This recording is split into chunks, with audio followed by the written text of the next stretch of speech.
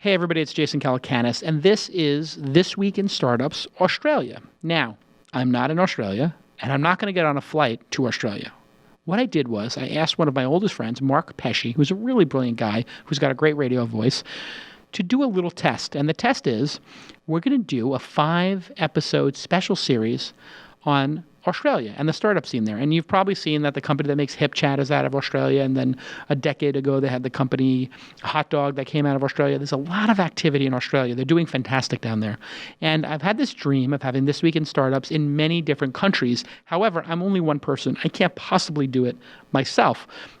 So what I've done is we're setting up a little test. Mark's going to do 5 episodes, and you, the fans, are going to tell me directly, jason@launch.co or jason@inside.com, you're going to tell me what you think of this and if we should continue. So please enjoy the first pilot episode of This Week in Startups Australia.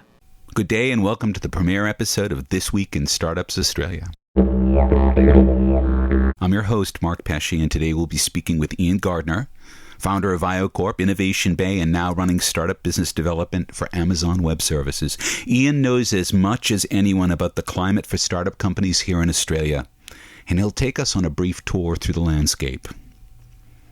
Then we'll be speaking with Airtasker founder and CEO Tim Fung.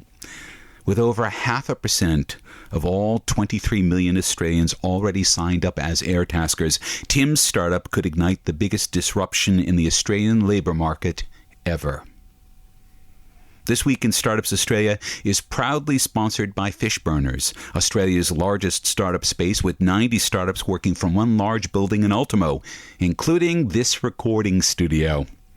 Fishburners is a non-profit dedicated to supporting entrepreneurs and has a pitching competition open to the public every Friday afternoon at 4:30. Today we're speaking with Aussie startup legend Ian Gardner.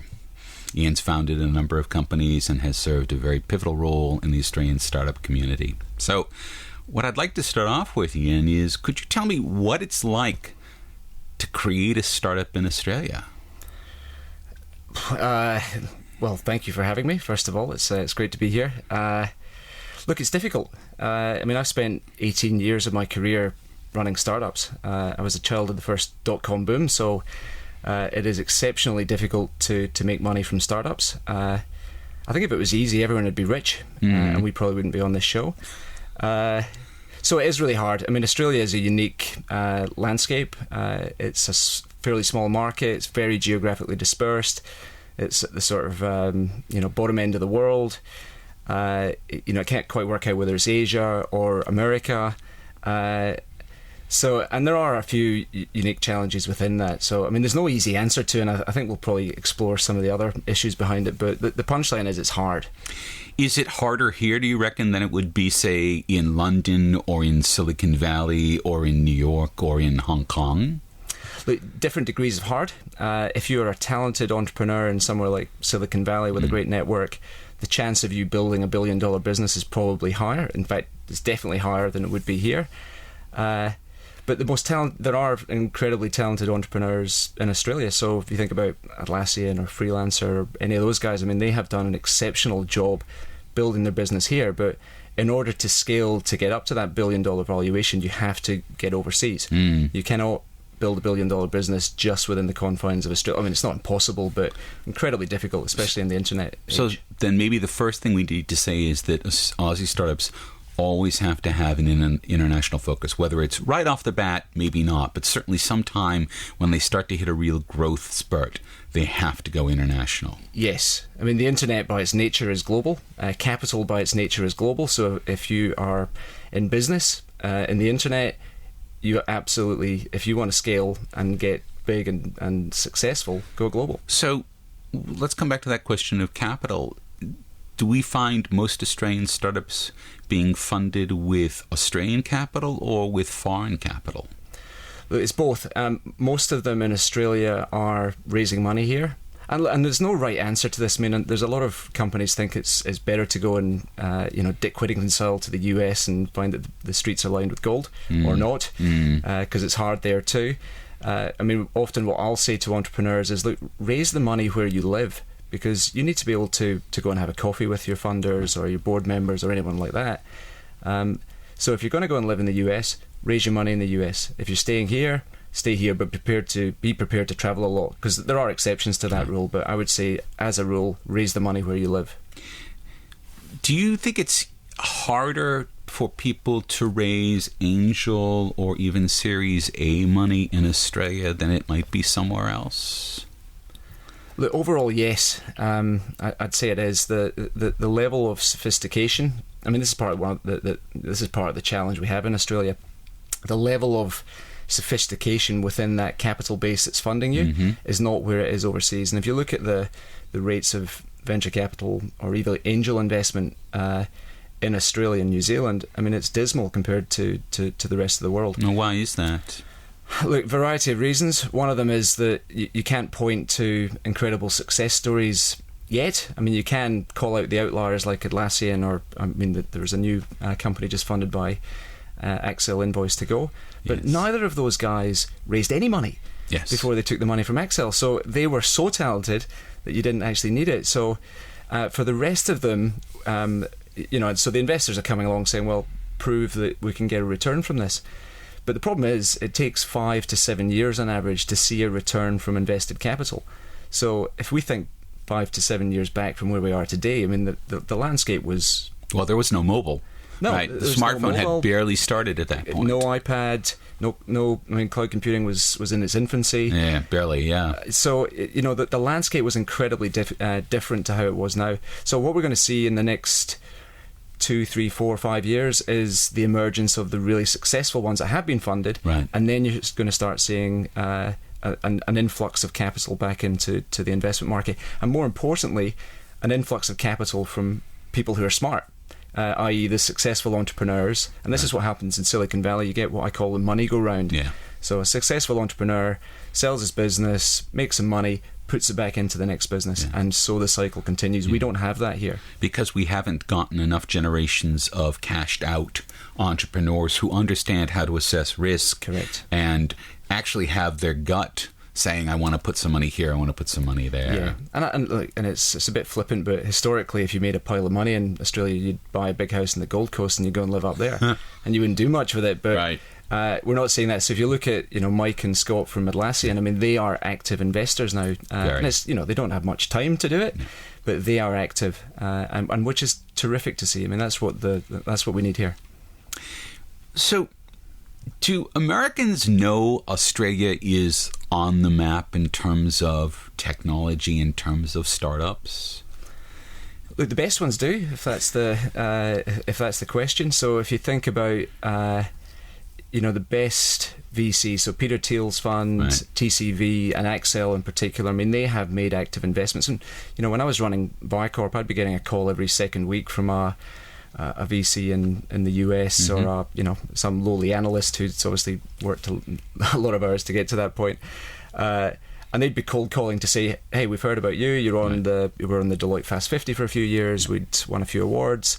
So they are actively trawling, and I think it's because the deal flow in the US is pretty competitive, right? Whereas here, if you find Invoice to Go, I mentioned them before, I mean, Accel had obviously spotted them emerging and made a big effort to serenade them and tell them about the benefits of working with them and etc. So the most sophisticated money is aware of Australia and the talent pool that's available here. And sees it as a place to get a bargain, then it sounds like. You could put it that way, or you could put it as... well, if it's a less competitive market. Yeah. So are we seeing... I mean, this brings up this good point.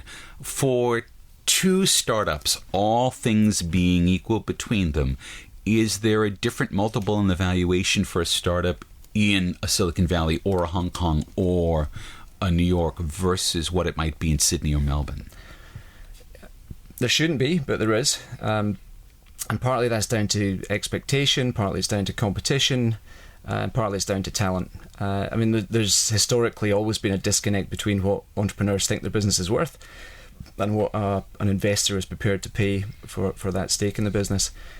Because there's less competition here and money is more scarce, it probably puts the whip hand with the investors rather than the entrepreneurs.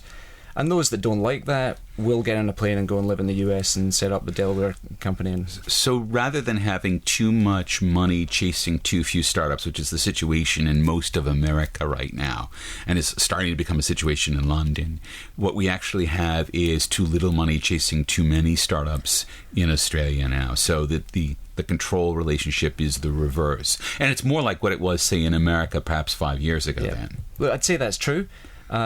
But a large number of those startups are probably not fundable or investment ready. You should only really be raising money for your startup if, from that angel or VC route, if you stand a chance of turning it into $100 million plus, seems to be the rule of thumb. And there's many of those companies that we've seen out in market trying to raise money that will never get there. And that's not to say they shouldn't be out there building a business. But in some way, but you need the appropriate investment vehicle for that. Correct. Well, you need a great business. Right. You need a business that can scale, and you need the talent to be able to scale to get to the point that you're a $100 million plus business. And if you're just a really niche, better market who's developed an app for your iPhone, I'm afraid you're not going to get to $100 million in that particular model. But that's, and don't get me wrong, I by no means don't wish to discourage people who are doing that, because you can build a successful business, learn the ropes, and then get on to build your $100 million business. But there's another type of exit, which is the acquisition exit. Do we see those in Australia as well? Do we see little companies being snapped up? No, not to the same degree that you are overseas. It's not to say that doesn't happen. And there are, this is not necessarily an exit route, but there are corporate venturing arms now cropping up. So Westpac's got Reinventure, AMP's announcing something, Telstra's got Telstra Ventures plus Murudi. So, there's more and more activity in that space. And I think that's really healthy, because corporates are now, every corporate is scared senseless that someone's going to kick them in the balls and steal their wallet. But the fear of disruption. Yeah, they don't know where that's going to come from. So what we've been saying back to them is, look, you should be embracing what startups can do, because they are innovative, they are disruptive. You can either invest in them, you can acquire them, you can think like them, or you can just use them as a supplier. And for a long time, corporates just haven't been prepared to do that. And I think there is a change now happening. Hi, this is Mark Pesce, host of This Week in Startups Australia. 2 years ago, when I had a great idea for a startup, and I wanted a location to launch that product and launch that startup, I immediately thought of Fishburners here in Sydney. Fishburners, even 2 years ago, had become the epicenter for all things startup. It's a building that's loaded with entrepreneurs who are sharing a common space, sharing ideas, feeding off of one another, figuring out how to use what each other are creating to make themselves even better. And it makes me very proud to know that Fishburners is the premier sponsor of This Week in Startups Australia, because it really is, for me, the epicenter of the startup community. You can find out more about Fishburners at fishburners.org. And we're back with startup legend Ian Gardner talking about the startup lay of the land here in Australia. So I'm wondering, Ian, we are a very smart nation. We're very well educated. We have some of the best universities in the world. We have a lot of people going through them. We have an amazing talent pool. How easy is it for a startup to attract good talent, and how hard is it for them to retain that talent? How easy is it? Not easy. How hard is it to retain them? Very hard. Those are the punchlines.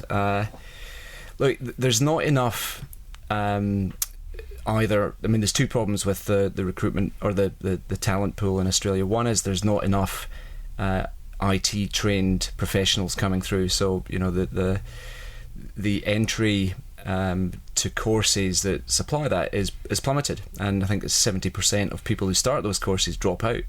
So the number of graduates emerging is just abysmally small. And secondly, compared to what the demand would be, yeah, right. and at the same time that that pool of trained talent is decreasing, the pool of desired talent from startups and corporates and anyone in that IT space is increasing. So if I keep trying to kick my kids harder, saying, "Will you please go and learn some code?" It's all very well playing Destiny and Halo, but have you any idea what went into developing that game? Yeah. Because that, it's great playing them. but to do it is harder. And the second problem is the lack of training around being an entrepreneur. I mean, in some ways, you can pop up and say, hey, I'm an entrepreneur, and it's not as bad now, but it used to be like, hey, I've got venereal disease or something pretty bad like that. And they send you off to the clinic. Yeah, so it was kind of this frowned upon activity that your mum wouldn't have approved of. But I think that is changing, but it has to change at the earliest possible stages. So we are seeing, entrepreneur training. There's a group in Perth I've talked to, Just Start IT, I think they're called, who are trying to put it into the curriculum. And I think that's really... Curriculum at the school level, high school. So at the secondary school level. Right. So years 10, 11, 12, teach them how to be an entrepreneur, teach them how to code, give them the option that being an entrepreneur or doing a startup is a valid career path, rather than going to drive a truck in the mines or... Right, which again, because you can make $150,000 a year, or at least could until recently make $150,000 a year, a very healthy living in Australia. Driving a truck in the mines, in some ways, Australia's labour market doesn't look at all like the labour market in any of the other countries that have thriving startup economies, because in San Francisco the entire economy has been weighted around the fact that there have been a bunch of people who have cashed out with millions of dollars of shares. Or you can make, if you're a star coder, $200,000-$400,000 a year doing that for Google or for Facebook or something. And we don't see those kinds of salaries here, do we? No. I mean, look, the salaries are increasing, and part of the problem with startups, and I knew this with my days at Viacorp, you're competing with the banks. I mean, we were a .NET development shop. And just as an aside for our American listeners, the Australian banks, the big four Australian banks, are the most profitable banks in the world. They had no problems during the financial crash in 2008 and can afford to offer top salaries because they are producing, say, almost $10 billion a year in profits right now. Yeah, I think it's 20 billion, isn't it? No, I'm sorry, 10 billion apiece. Right. For the four banks, exactly. So yes, the total profit of the banking centre in Australia is greater than $20 billion. Yeah, so of course they can afford to pay higher salaries. So, which puts the onus onto the entrepreneurs and the startups to make sure that, come and work for me. This is much more exciting. We're changing the world, and you're not just going to sit in some cubicle, pounding out code for a project that may not even get deployed. And share options would be something that is important. So let's talk about that. I'm actually going to have a lawyer on in a few weeks talking about how share options work and don't work in Australia. But in America, if I signed you up as an employee to my startup, I can give you shares, and you will not pay tax on those shares until you exercise your share options, and then you'll pay tax on the differential between the offer price and the sale price. How does that work in Australia? You basically pay tax in cash on the value of the shares when you're handed them. So if I hand you $500,000 of my phantom shares, you pay, if you're at the higher tax rate, $250,000 in cash in tax. For shares that are not actually transferable. Correct. Right. Correct. So look, and there are ways around it, but it involves lawyers and expense and phantom loans, and so it is possible to do it. I hadn't even known there were ways around this, and I think that perhaps we're going to stay away from that because I don't necessarily want an investigation of our first program. It's not illegal the ways around it. It's just expensive in terms of your lawyers and accountants.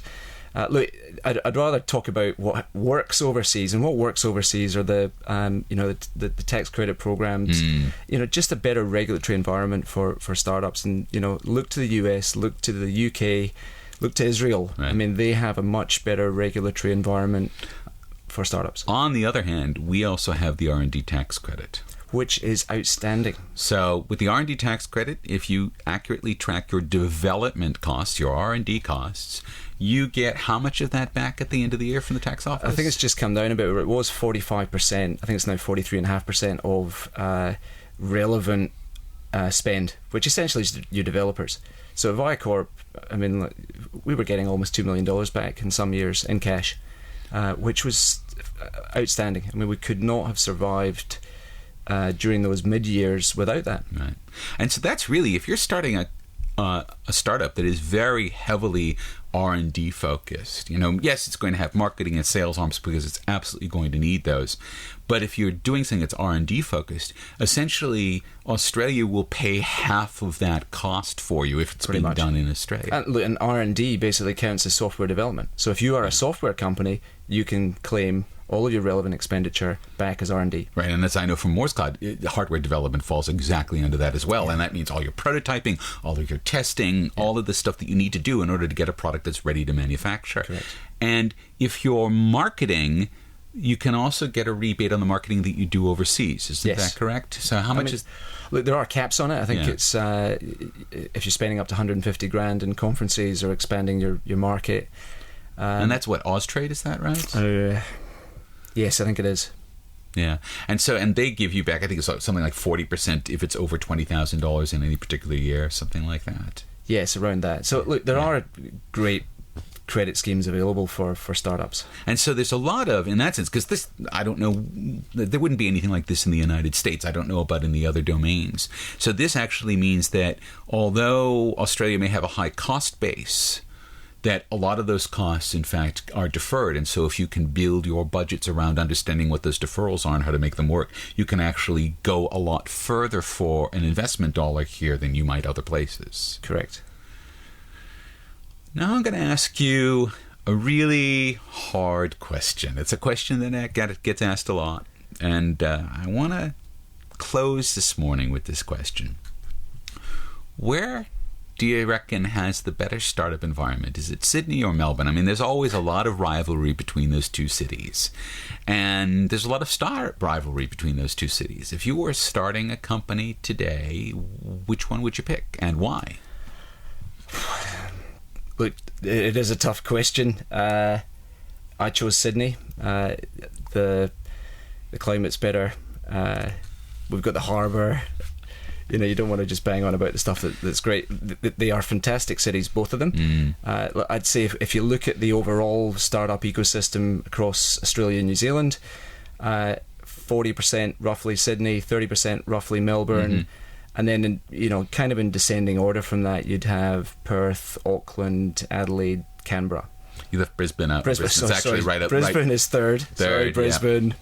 I didn't forget you. So Brisbane, Perth, Auckland, Canberra, Adelaide, Canberra. So all things being equal, it really is just a matter of taste whether you end up in Melbourne or in Sydney. Both of them have strong technology universities, well-educated pools of capital, all of that stuff. And they both have areas, so little startup communities within them. Yeah, and they both have sophisticated investment pools. So Melbourne's got SquarePeg, and we've got Blackbird and now Airtree. So in our view, that they are the top tier VCs in town.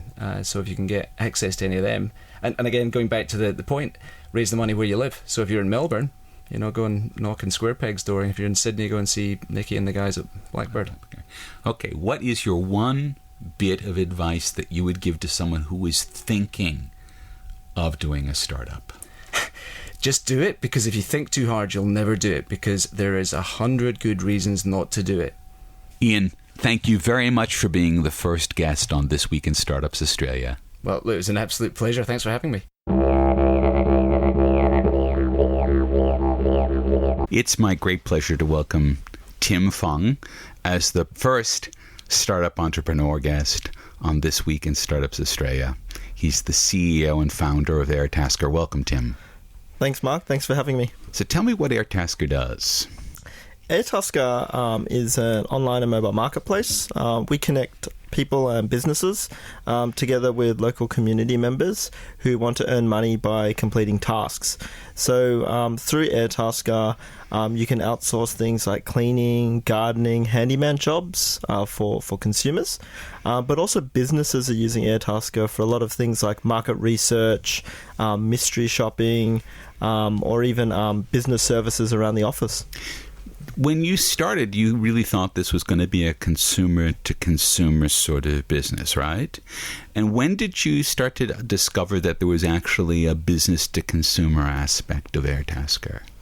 Well, when we started Airtasker, we built it as a pure platform play. So we really built it as an open marketplace, and obviously the first guys that were on the platform creating content sort of set the tone for what was to come, and they were really consumers. But what we saw start to happen over time is that businesses they're pretty rational and they're pretty smart. So when they see a platform, they're the ones who really sort of think outside the box about how they can use it to benefit their business. Have you seen a sort of penny drop moment around this where a business just gets it and then starts to really incorporate Airtasker?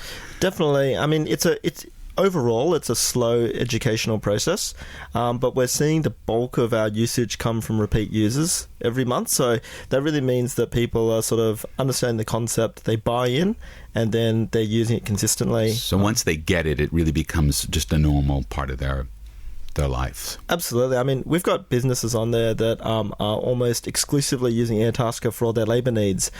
So we've what got kinds of businesses are doing that? So we have a letterbox distribution company, which is rather than going to Gumtree or Craigslist to recruit new users, they're just posting the jobs on Airtasker, and we have things like insurance and the reviews and references and things like that. So that just keeps them coming back, and they just find it an easier platform to manage a fleet of 30 or 40 workers rather than... Let's step back. So reviews, insurance, what do you mean? These are services that you're offering the folks who are purchasing the labor of someone else? Yeah, so what we created was, and we believe it's a global first, is a task insurance. So what it means is that every user who completes jobs on our platform is covered for up to $20 million if they damage something or if they injure someone while they're completing tasks on Airtasker.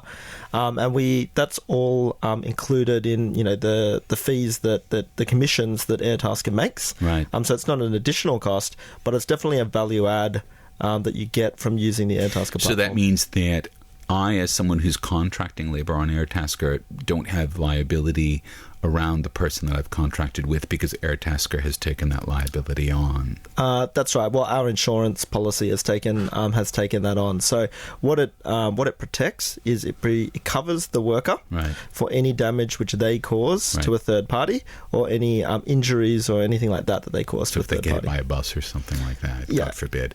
That's right. So you're saying that you folks are the first. Are you folks sort of the only one in this space who's been offering something like that? Well, I think in terms of there's certainly other players. In the US, there's TaskRabbit, and to a certain degree, there's Odesk and Elance and Freelancer.com who all offer platforms for outsourcing services. But we were certainly the first guys to create an insurance product which covered the broad scope of task labor. And what we think about that is it's super exciting that insurance companies are getting it. They're getting it. How is that? How did you get them to see the value of this? How did you get them to write you a policy? How long did you have to work with them for that? It was about 6 months of continuous work, and a little bit of a shout out, I suppose, to Jeff Stuckey from Modern Risk Solutions. So he was actually pitching it to us all the way through that he's done insurance policies for all the big corporates and things like that, but he's passionate about collaborative consumption, and he thinks it's a massive, massive opportunity. I mean, he saw Airbnb, the policy that they created. Well, and the policy they created because they had a crash and burn scenario. That's the thing, is it's a policy that's created during a crisis, and you've managed to create the policy and provide the insurance ahead of a crisis, right? Well, that's right. And I think that's how an industry evolves, right? Like you learn from the mistakes of the early guys. And the smoking craters, absolutely. Exactly. And I think going forward, there are going to be, mistakes that we make that new players are going to come in and they're going to go, we're not going to make those same mistakes you did. I'm sure they'll make their own mistakes, though. What mistakes have you made, do you reckon? I mean, we've made mistakes. I would say everything that we haven't done well, it could be considered to be a mistake. Look, we haven't had any major incidents on the platform, which has been fantastic. I think the biggest incident which we've had is someone drilled through a wall when they were mounting a television and didn't realise that there was a water pipe behind it. Oh dear! And so put a little bit of a hole in a water pipe. But that's something that whether you hire people through the Yellow Pages or through any other kind of medium, even just through Google, these things happen. But using a platform like Airtasker helps you mitigate some of those risks. when you're dealing with people, there's always going to be things that don't happen according to plan. But we think that these platforms can help improve that experience. Now, if to turn things around here, if I'm making money through Airtasker, all right, so I go out and I select the jobs that I want. Now, is it the person who's providing the job who's paying for Airtasker? It's not me as the person who's providing the labor, correct? No, it is that way. So we follow a similar model to eBay, right? Which is that, and it ends up being the same mathematical equation, but the way it works is that we facilitate a P2P payment for the task labor, and we charge a small fee to the guys who are doing the jobs, the Airtaskers, for that. And the reason why we've done that is just to simplify that process between you and the person that you're working for.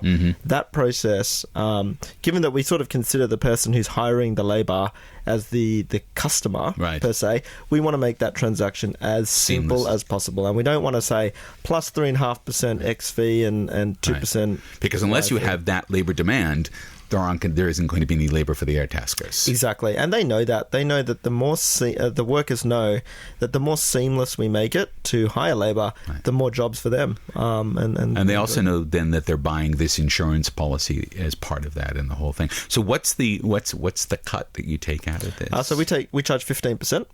And that's, there's a lot included in that, I suppose. There's a lot of administration, there's customer service and dispute resolution, and there's insurance. Is GST charged in these transactions? Yes. So when you're paying your Airtasker fees, yes, there's GST, but that's all included in our fee. So we just tell you the all-in price.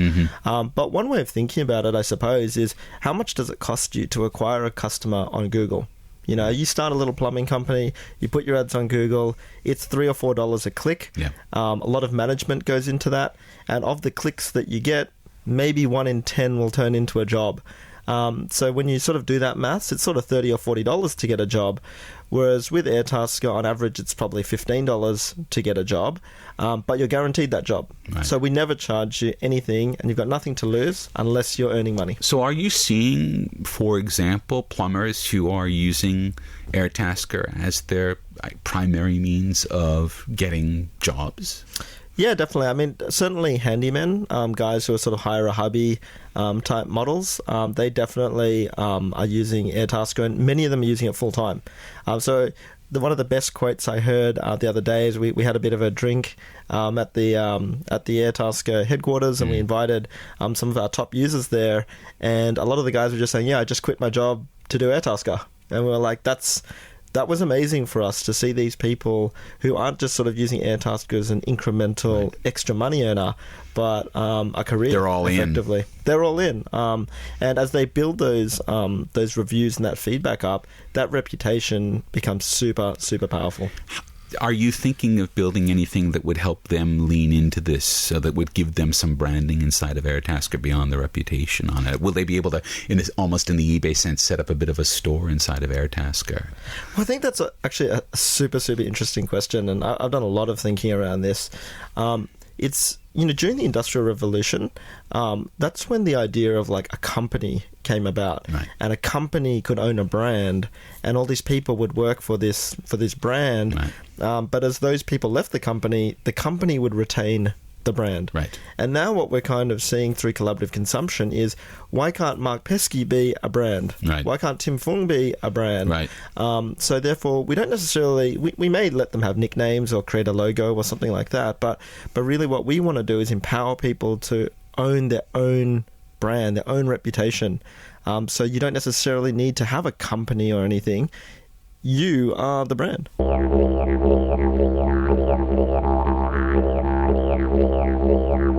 If I were launching a startup today, I'd probably take myself down to Fishburners. Every Friday afternoon, they have a pitching competition that's open to everyone. And I'd probably take my idea here and see how it flew. And if people saluted here, I'd probably feel pretty sure that I had a good idea. And not only that I had a good idea, but that I was in the right community of people who could help me take that idea where it could go, help me grow that idea, meet the right people, build the right organization, use the right tools to make the most of my ideas. And that's really what Fishburners is all about. You can find out more at fishburners.org. Welcome back to This Week in Startups Australia, and we're talking to Tim Fung, founder and CEO of Airtasker. Now, how long have you been at Airtasker? It's been quite a journey, and it feels probably longer than it's been, but it's been over a little over 2 years. When you started, how many people? So we started, it was myself and my co-founder, Jono, who heads up all of our technology and operations. And plays a mean game of ping pong, I've heard. Yes, Tankstream Labs champion, but not quite the champion of the overall Sydney scene. Bit disappointing. Beaten by premier sponsor Fishburners. I just have to put that in there. So it was the two of you. Now, how did you then build the company in the sense of how did you raise the money? How much money did you need to raise as you were building the company?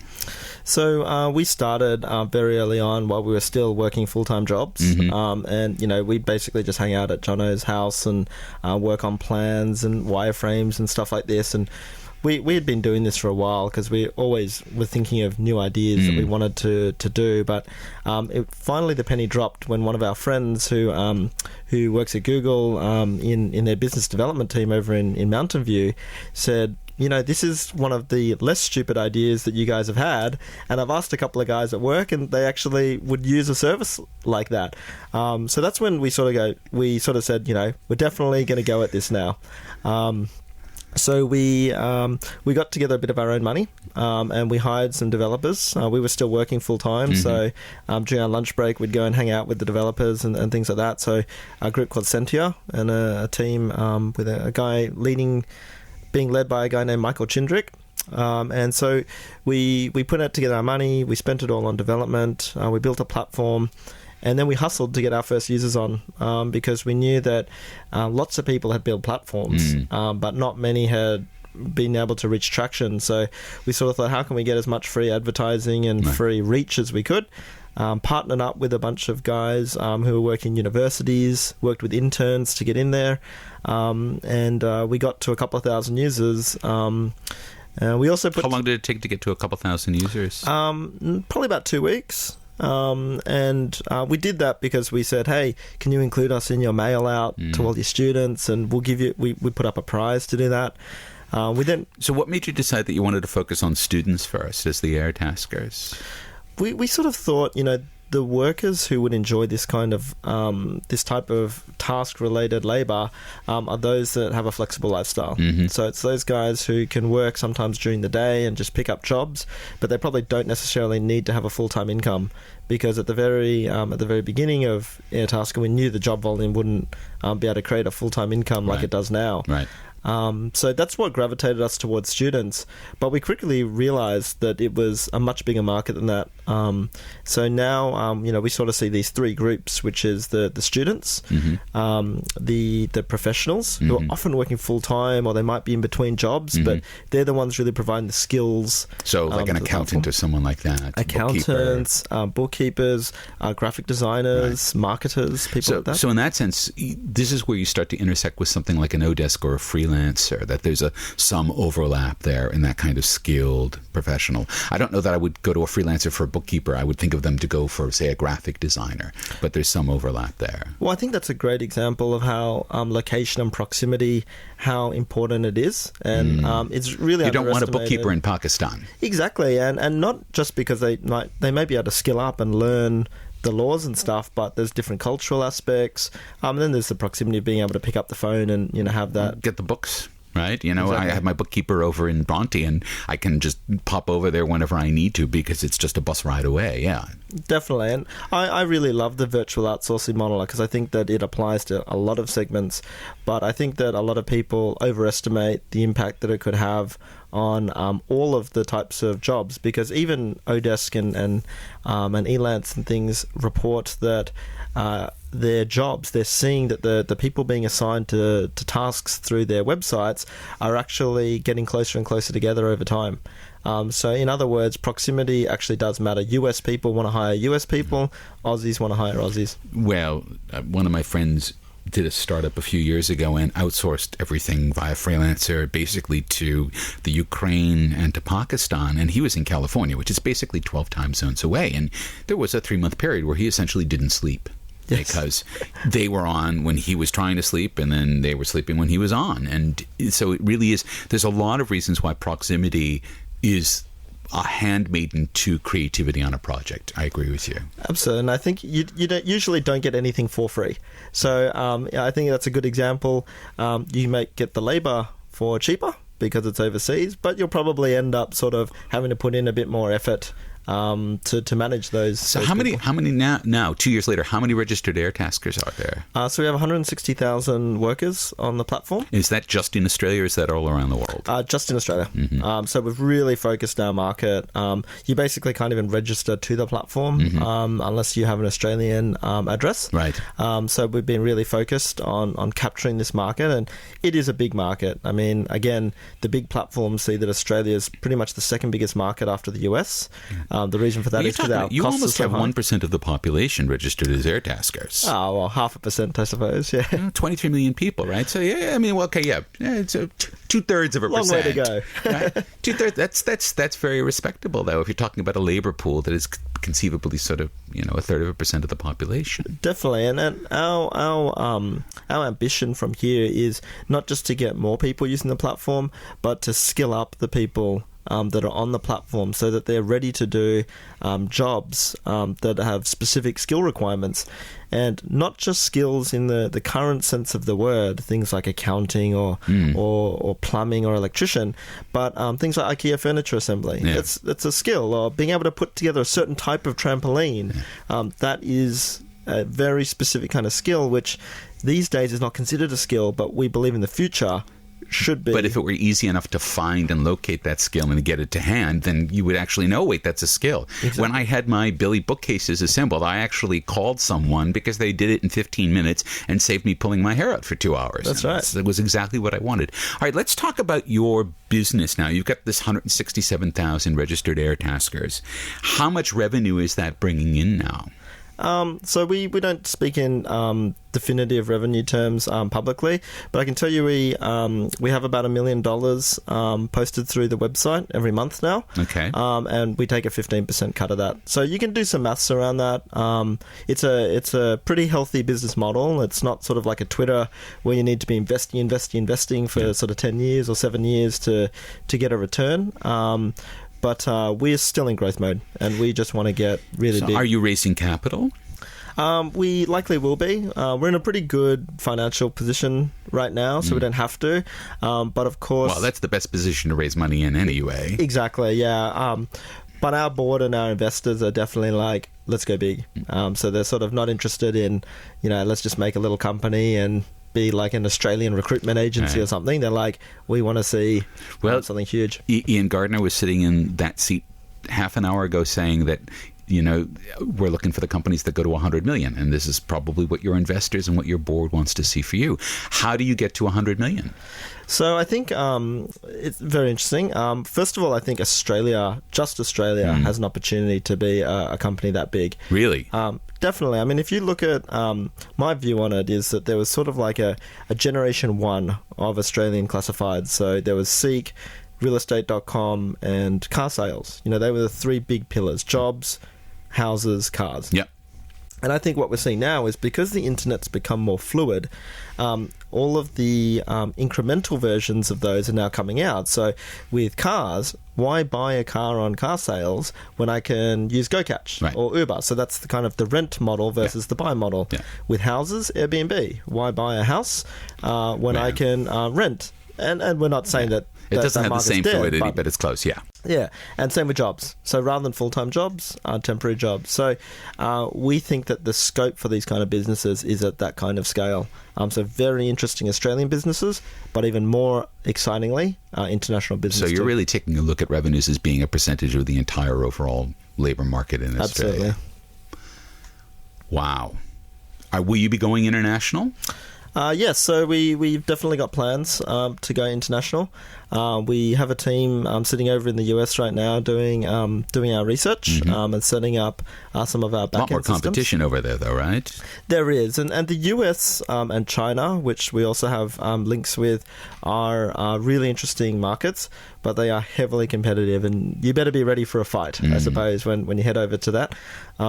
Pretty interesting to see companies like Rocket Internet say, we do everything except the US and China, because everyone else seems to be underserved, right? Whereas China and the US seem to be overserved. So we're still defining our strategy a little bit. So, wow, Tim, it's been an amazing conversation. Thank you for being the first startup entrepreneur on This Week in Startups Australia. I'm honoured. Thanks, Mark.